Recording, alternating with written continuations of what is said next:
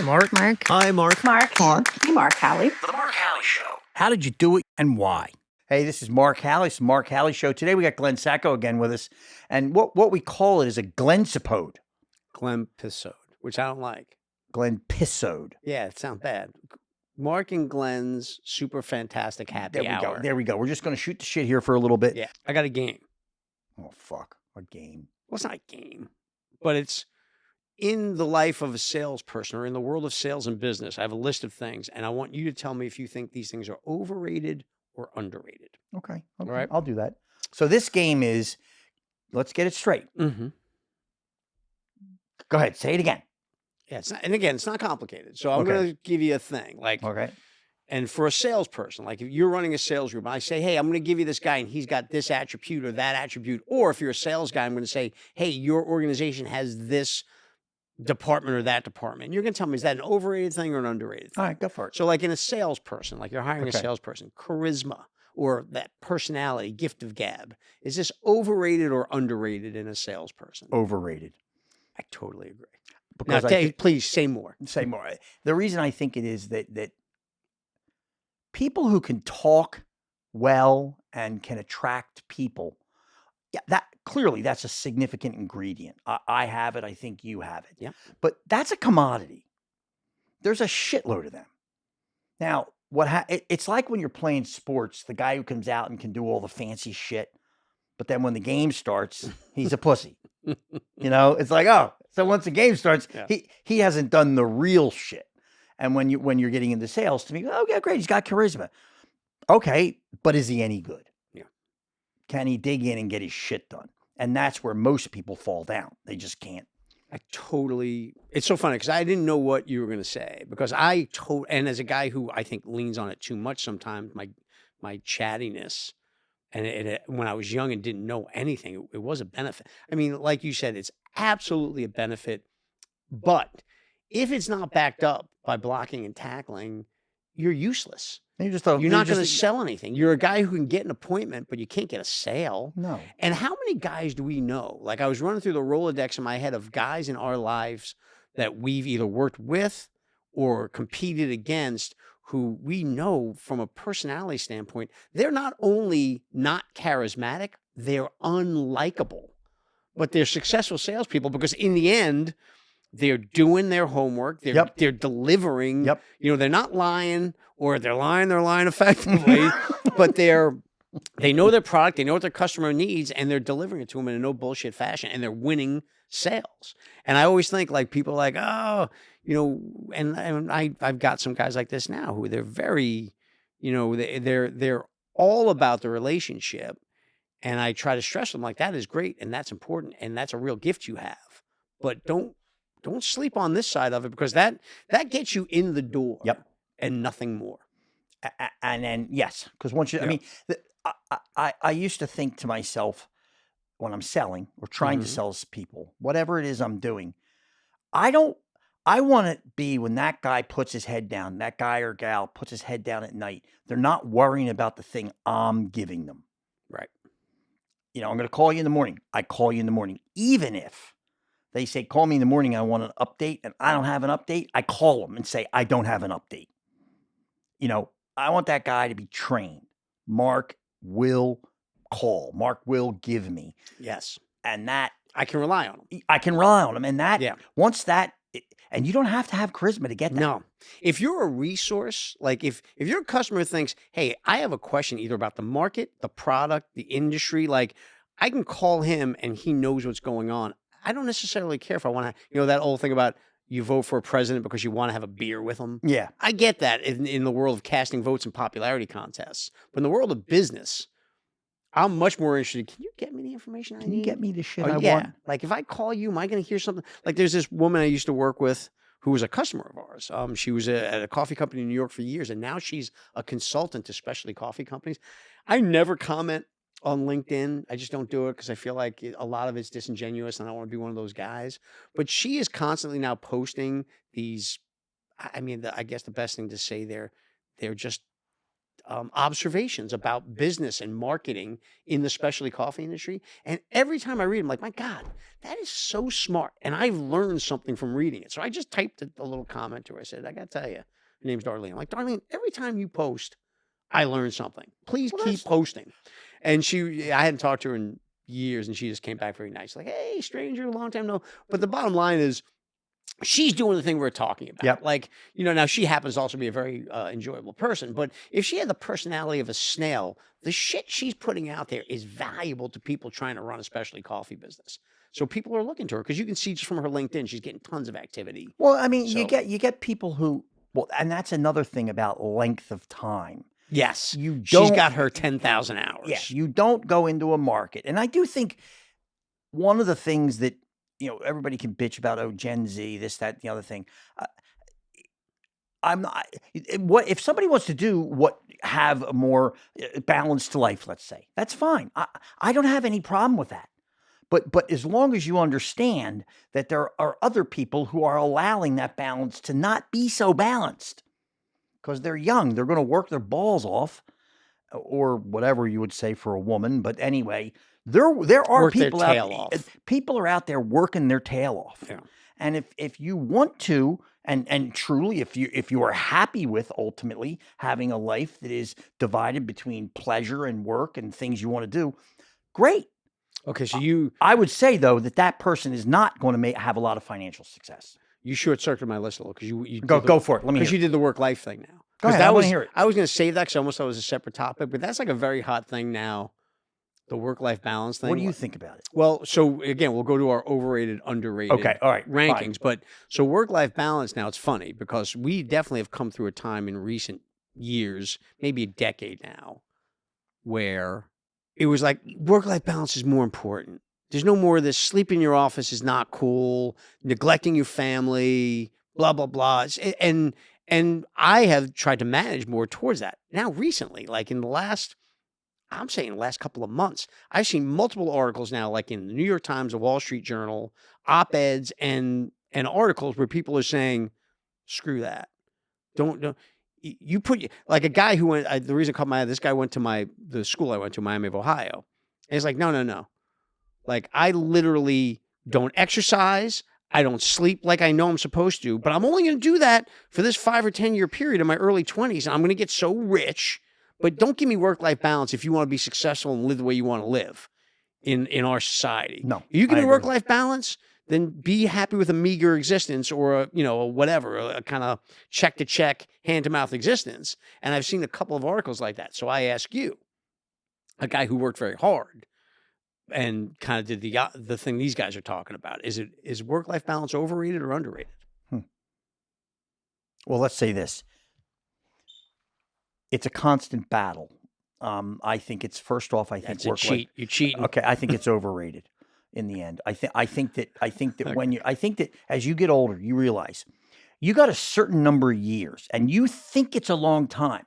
Mm-hmm. To anybody listening, you think and it is a long time, but it goes by quick though. Yeah, you got rocket fuel in you. Now that rocket fuel gave me 5 children and a wife now of 35 years that I spent a lot of time working with. But did I have to make sacrifices to give them the financial life and the life that I wanted socioeconomically? Yes. And do I feel regret for it? No. Anybody can have regrets. But from the age of about 27 to 50, 55, and I think that's fast, I worked my balls off. Mm-hmm. We were traveling, sold in 48 states, traveled to probably 20 countries. Yeah. Now, you can't, the best you can do is balance between that and your family. And for me, I was able to squeeze exercise in only to keep my brain straight. Yeah. But that, I don't think people would look at as work-life balance the way it is defined today. Yeah.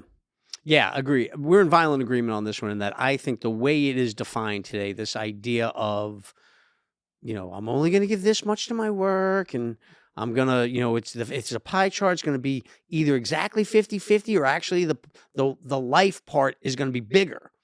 And I do believe that's overrated only in the way it's defined today, because I do think I don't feel like my life was out of balance. No, I And again, that's whatever personality types. I'm going to cut you in here. The thing I think is if you get into a job and you've spent enough time, it's fun and rewarding. I mean, it's hard, but you were immersed in it. Yes. And you were engaged in it. Yeah. So it almost becomes like, yeah, your work is demanding, but it's not something that, at least for me, it's not something I felt like I don't want to do it. Yeah, not only was I not, I mean, look, didn't want to do it. Obviously, work produces, especially early in your career, when you're building your career, the anxiety level of, am I doing it right? Is it going to be successful? All of that stuff. But that's anything. I mean, that's just living life. You don't know if you're going to drop dead or succeed at what you're attempting to do.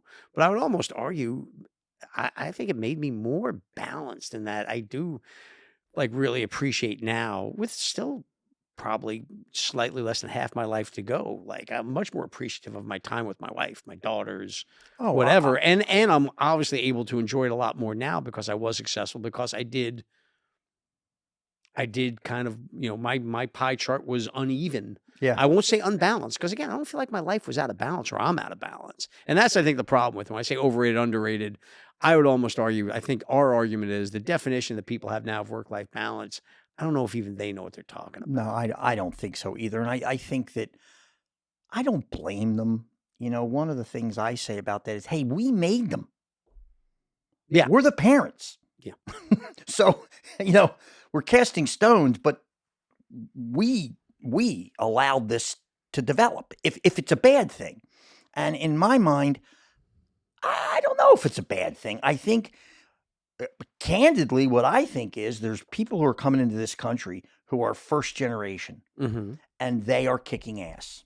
You're going to go on an anti-immigration rant? No, not anti. I want to That would be a hot take. Okay, here's a hot take. This would be a hot take. In my experience thus far, the first generation or second generation Asians and Indians outperform your traditional American Caucasian male and female. Well, I think statistically, I think that's been borne out. Like, I don't think that's a seat of your pants thing. I think those two populations are the highest earning demographics. And there are, I always think this, okay, so in my mind, I thought this, okay, so there's your competition. You thought that as a young professional? I remember, literally, and this is true, it was like in my late 20s, at that time, I remember they were saying Japan was making everything better than us. They were going to dominate the world. Sony, Atari. And I literally remember thinking to myself, my competition is not in this office. My competition is some guy over in Japan. Interesting. And that's the guy I got to beat. Yeah. Now, that's just me. I was maniacal. But I think right now, okay, so that's the competition. There is no reason the win that you have is that you have a good grip on our culture and quote, our markets. Yeah. And you're going to give that up. That's okay. It's cool. The other people get their right to do it too. But, they're not paying a lot of people who are climbing fucking mountains. No. There's not a lot. Hiking is not a lucrative industry. Yeah, it's not. So you want to go climb a mountain for, 7 hours a week? Okay. But in the end of the day, there's not a lot of people saying, I'll give you $100,000 to climb mountains. And like you said, I'm not against it. Like, that idea of, I mean, if you want to, and actually this is a bad example because some of these mountain climber guys actually monetize it and get super fucking rich. But if you want to live that life, but not be a celebrity rock climber, and you live in a camper and you live on these national parks and you wake up every day. Like, it's funny, I was talking to your daughter today about, if you wake up every day with a spring in your step, just keep doing what you're doing. Have at it. And that's the thing, like work-life balance. Like, the thing I was doing, there was anxiety and there was pressure, but there was a spring in my step. Oh, yeah. And I, like you said, I had a family. I married a wonderful woman. I built a life. So it's like I had work-life balance. It's just that in my 20s, 30s, and 40s, I was working your balls off more than the other thing.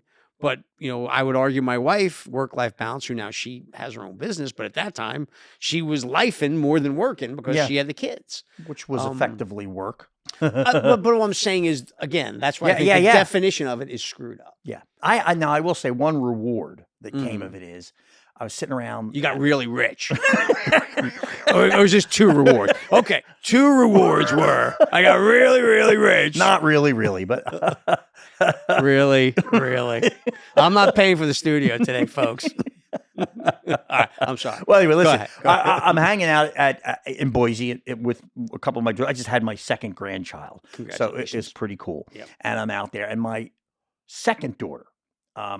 I won't bother giving the name, but it starts with a C. Okay. Anyway, she's sitting and she says, now watching my daughter have 2, she says, wow, Dad. And I realized, Mom and Dad, how much of a sacrifice you made. And then she kind of turns to me and she goes, I mean, Dad, you allowed us to live a very comfortable life. Oh. And, I'm just amazed. I'm amazed that the 2 of you put that sacrifice into it. And so for you out there, I mean, that's not a fucked up, unbalanced life. Yeah. That a child says that to you. What's your other question?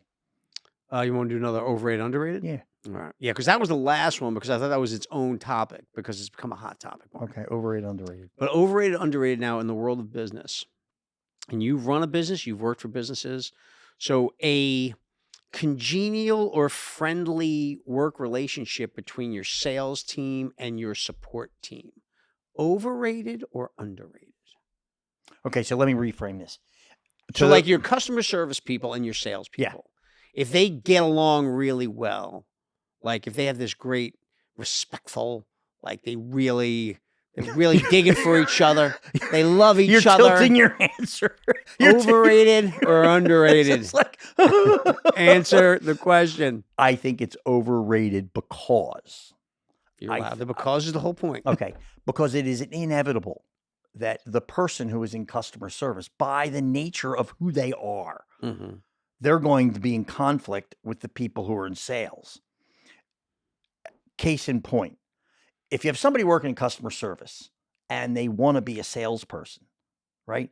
They're going to be an ornery customer service person, which you want them to be, okay? Because you want them to move on. Well, now they move on. Why did they move on? Because they don't want to be like a customer service person. So now if you're a salesperson, you inherently, just if you're a good one, you inherently don't want to be a customer service person. Correct. And like it or not, at some psychological professional level, you think you are performing a duty that is of greater value. Yes, you're the morally superior being. And in fact, you're making more money. Yeah. And one of the realities of our world is when you're working in a business, doesn't mean outside that little tiny bubble, but the people who are better make more money. And generally, not all the time. Not always, so yeah. that does not mean, but if somebody were disrespectful Right. to the customer service person, treated them poorly, looked Or down the on other them. way around. I've seen the other way around too. Yeah. I mean, then it's like, okay, fuck you. We got a problem. And so I think there's oodles of dollars spent trying to put those two together. And I have always just like, I don't know, I guess maybe if you get into huge companies, you can't do it. But in my opinion, I mean, the only thing to do is to have some element of respect for each other. But you're saying it's overrated. It's inevitable. So it's unfortunate because I thought as I was making a list, I'm like, I hope we disagree on one or two. But so far we were in violent agreement on all this stuff. And violent agreement. That's an interesting choice of words. Yeah, we're in violent agreement on this one too, and that it's overrated. But I'm torn on that one only because the place we first met and we were working together, clearly the support folks and the sales folks, there was a lot of cattiness. There was a lot of behind the back kind of dirty dealing. And that was a very successful organization regardless of that. They sold a ton of stuff. They had a great product. They had young, aggressive, smart salespeople. Whether or not the customer service people liked them, they were diligent people who worked hard, and therefore they succeeded. The shit went down. But now in the organization that we built together, it has been the opposite. very much thanks to our friend in operations and Yes. his attitude being that the customer should always come first, and that's what we should all be focusing on. So it's much more kumbaya. And I would argue we had even more success than that old organization. Yes. So I want to say that it's underrated, but in truth, I think it's overrated because I think you can succeed without it. Although I'd love to lean to the side of it's underrated because then you got your cake and eat it too, because you're being successful and you're working with these people and there's this camaraderie and respect. But I really do think if you're just doing the brass tacks of running a business, that kind of collegial, everyone gets along thing, it's overrated. You don't need it to run a successful business. Okay, I used to say to people, I didn't go out and say we're going to hire 10 more people because it was just fun. I needed them. Mm-hmm. Now, I also realized that it's not like we're buddies and we all are hanging out at a bar and I said, hey, dudes, let's come on over and work with me because we're all friends. No, I had to pick people out of there, right? And they're going to come in. So is there going to be a conflict? I mean, inevitably. But can you, and I think this was a big one, and I think we did a good job of it, is can you ultimately say, in our instance, we got to sell bags and we got to get customers to like us, and then we'll sell more bags. And if you could just generally get people walking in that path. Yeah. But I can't. But getting people on the same page isn't the same as everybody getting along. No, exactly. So, yeah, I mean, getting everyone on the same page, underrated. Yes. Because if you don't have that, you can't succeed. Yes. I mean, if everyone just, has different masters they're jumping to or Different different priorities. priorities. You said everybody's on the same page is underrated? Yeah. Because you don't think everybody will get on the same page. No, in the world of overrated, underrated, I said the getting along thing is overrated because you really don't need it. Mm-hmm. Getting everyone on the same page is underrated because you really need that. I'm sorry. As much as you can say, well, we're mostly on the same page. Well, then I think you're fucked. All right, then let's reframe this just so, Glenn, for me and for underrated, overrated, for the game again. The underrated, overrated question is everybody being on the same page in the world of business underrated as important or overrated as important? Like in an individual business. Yes. Having everyone on the same page, marching towards the same goal, is that underrated or overrated to you? As in, do people say it's not that important? I'm lost now. I'm fucked up. I feel like I spun you around blindfolded, and I know where you're going. Yeah. So I'm saying, well, look, you succeeded. Like we did this with a bunch of other topics, and you nailed it. Like when I asked you about a guy having charisma as a salesperson, is that underrated or overrated? You said it's overrated. You don't need it. So now I'm asking you, for an organization, a business that you're running, the idea that everyone's on the same page as to why you make a mission statement for a company. Yes. Like, is everyone being on the same page? What's our reason for being here? Yes. What are we doing? What is the mission? Everyone in the company, in the different departments, knowing what that is and marching in that direction. Is that overrated or underrated? Like, is it okay to have some people that's like, no, it should, it's very important, which I guess would put it as underrated. Underrated. Okay. Yeah. If it's important, then it's basically. Oh, okay. Because overrated is the charisma overrated guy. Means everyone's giving it. Oh, that's the most important thing on earth. It's like, yeah, we can do with that. Yeah. So you're overrating it. But no, in this case, I agree with, again, we agree again. Because I think all I know is if you can't somehow instill in everybody that, the big thing that used to piss me off is, and this is one that I ask anybody, drop an email on somebody's website that you want to learn something about. Say, hey, could you give me a call? How many fucking people respond is amazing how many companies you never get anything back from. I do it all the time. I'm embarrassed to admit that we get a ton of emails with this opening sentence. I've tried to reach you multiple times, and we pride ourselves on being, customer service oriented. So, part of me wonders how much of that is bad. Well, I mean, here's what look. I agree. I think in our business we did respond. Yes, and that's what we were known for. And if you didn't, it's like almost like what the fuck are you doing? I spend all this money on a website. I run around all these fucking shows. There's 1 million people out there, and finally, one of them sends me an email. And I'm gonna sit on it. I'm going to sit on it. Let me think about Let what me tell to you do what, with you this. better jump on that son of a bitch because that. You know, I mean, think of all the people who didn't send an email. So when it comes to the business as it exists now, I would say that's a faux pas.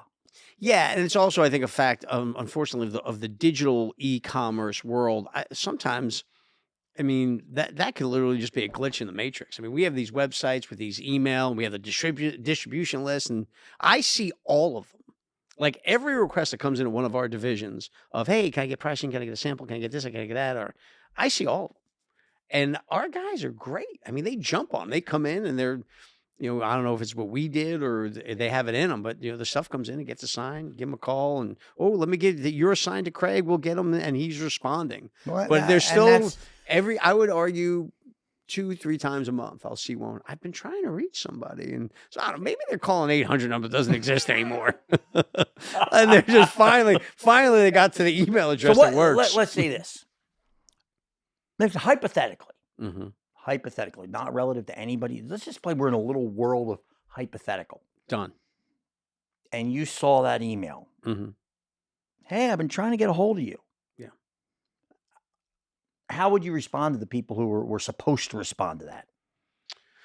Oh, no, I do. So I have a thing I do now because I see those. So I automatically now I have the 2 people I send it to. I have the person who's in charge of all of my sales, and I have the person who's in charge of my inside sales group who gets that. And I always, and that when I see that, I send to those 2. You have to forward it because I don't want everyone getting copied. Yeah. I forward to those 2. I say, hey guys, someone's got to get back to this guy today, and they always do.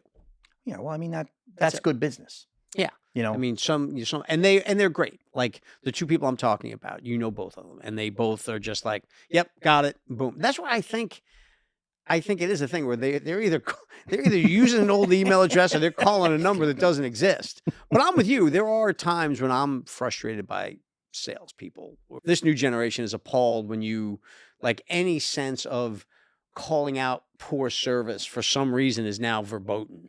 Like in a restaurant, if a waitress is just ignoring you, you can't even, and me, I'm not trying to be insulting. I try to be jokey about it, but even just joking to them about the fact that eventually it'll be nice to see a menu. I have been here for 30 fucking minutes. It's a restaurant, right? I mean, I think when I sat down, I thought it was implied that I wanted to eat your food. So I would need to see a menu.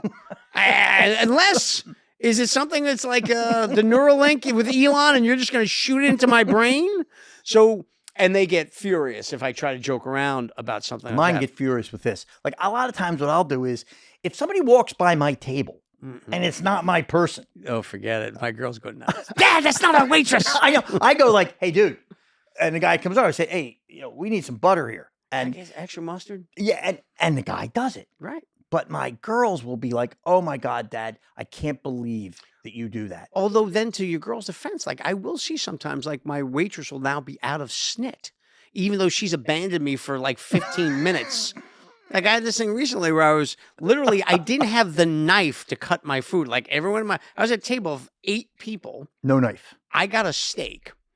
I had a fork.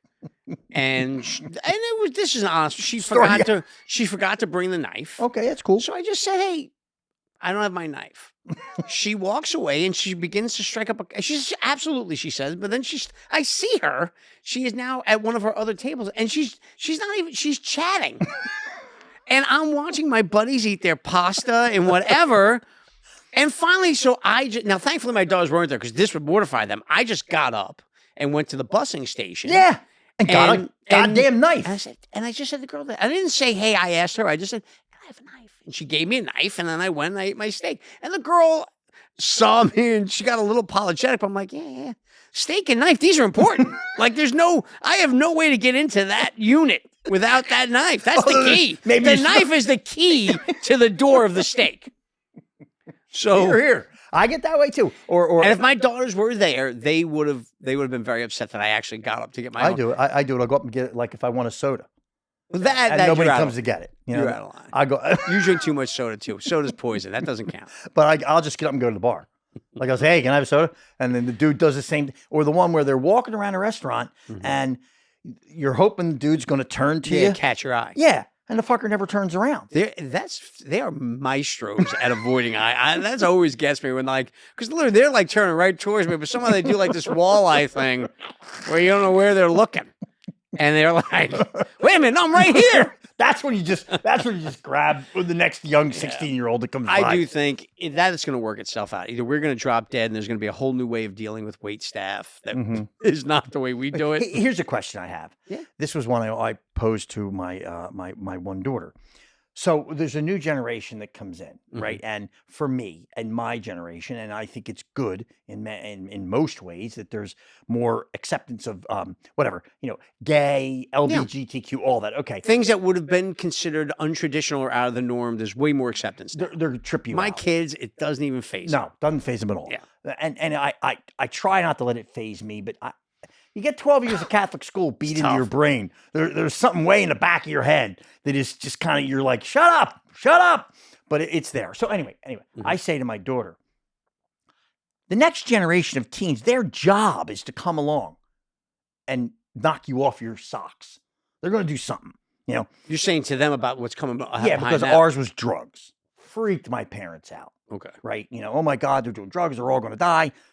Everybody in my family's successful. So it's like whatever drugs they did, and they did a lot of them. Yeah. It didn't damage them, but they freaked my parents out. Yeah. So I was saying to her, what do you think's going to freak you out? From that. She goes, oh, a boyfriend that has got AI components. Like built into their head. So, yeah. Yeah. That's freaky. Well, that's where we're going. Like the kid who comes in, he's what's your major? Electrical engineering. Wow, that's really hard. Well, I got a chip. Yeah. Yeah, I think they're right. And I said, and she goes, that will freak me out. And I think that's coming. That's that's good. Do you mind telling me which one of your kids? Tatum. Wow. Tay-Tay's And it was smart. like right away. Yeah, that's It impressive. wasn't thinking. She's just like, I think it's going to be, somehow AI augmented. I try to think it's kind of the opposite side of that coin. Like, what's the thing that's going to freak out the next generation? I keep trying to figure out what are future generations, and I mean like 100 years from now, what are we doing now that is the equivalent of like slavery or cannibalism? Like, what is this shit that they're going to look back and say, remember, slavery was just like, those are my people I own. They do all the work around here, and you if pay they them? don't, no, I whip them if they don't do it though. And like that was like common. What people and did. now, rightfully so, we look back and like that's the most fucked up thing in the world. But at the time, it was literally like, just people are getting raised. what are you talking about? Fucked up? And Joe's doing the same fucking thing. So my question: there's gonna be something we're doing. Oh yeah. Now I have a theory. Oh. On what it's going to be. All right. So what's the thing that 100 years from now, People are going to be like, I cannot believe they were doing that. Go for I it. believe is the way we treat the animals we eat. I think Fuck. like when you see that truck that comes screaming by for the Wampler Longacre factory and those chickens are crammed in there and they're going to their death and they're shitting all over each other and you just eating, you chop their head off and eat them. I think like they're going to figure out a way to either, make fake chickens out of 3D printers or something where you're not going to have to torture living things for us to get protein. So what are we going to do with all of them? Well, they'll die out. They're useless. A cow is a useless thing. You mean you stop if you're not getting milk or meat from a cow, they're not cute like a dog. Good point. Pig. Pig's got some charm. Pig's a charming animal. There's a woman who I knew who had let the pig just in the house walking around. Mark, someone was argue that's disgusting. what Carolyn has done with you. Yeah, I know with the donkeys. No, with you. With me. I mean, but the pig, Allowing you inside the house. you get a pig walking around the living room with you. That's what's happening. And they're like, oh, the pig likes to jump on the couch. My cousin in California, Wendy, had a potbelly pig, and I've seen video of it, and it is the equivalent of a dog. I mean, the way it acts, the way its cleanliness. It's not like it goes out into the mud patch and then comes in the house, is it? This thing just came in, and I'm like, what the fuck is a pig doing in here? That's just your personal. That was just me. That's like, ew. And that's like, oh, your- pet it. You pet it. It's got this gross hair on it. Real. You're a pigot. Like that. Bigotry. No, that's so. Should you have any theories, Mark, on what are we doing now that 100 years from now people will be aghast that I cannot believe they did that. Well, mine goes towards when you read about like medical treatment. We were bleeding people. Yeah. So what do you think we're doing now? I think the plastic surgery, the crazy plastic surgery people do. I think something along that line, or I always think like, chemotherapy. Oh, like it's a barbaric. Yeah, they're going to be like, what the fuck were they doing? They were poisoning themselves. They're blasting these people with fucking radiation. And, come on, that wasn't the answer. Chances are, whatever you and I think it's going to be, we're going to be wrong. Yeah. All right. Well, listen, at that, Glenn, we gotta cut this off. Thanks for having me again. Always fun. It was fun. It really was. Yeah. And I hope next time you're in town, we can do it. Yeah. Because it's fun. Thank you for listening to The Mark Howley Show. If you found this story as intriguing as we did, give us a like, share the episode, and subscribe at The Mark Howley Show. New episodes every other Friday. Adios.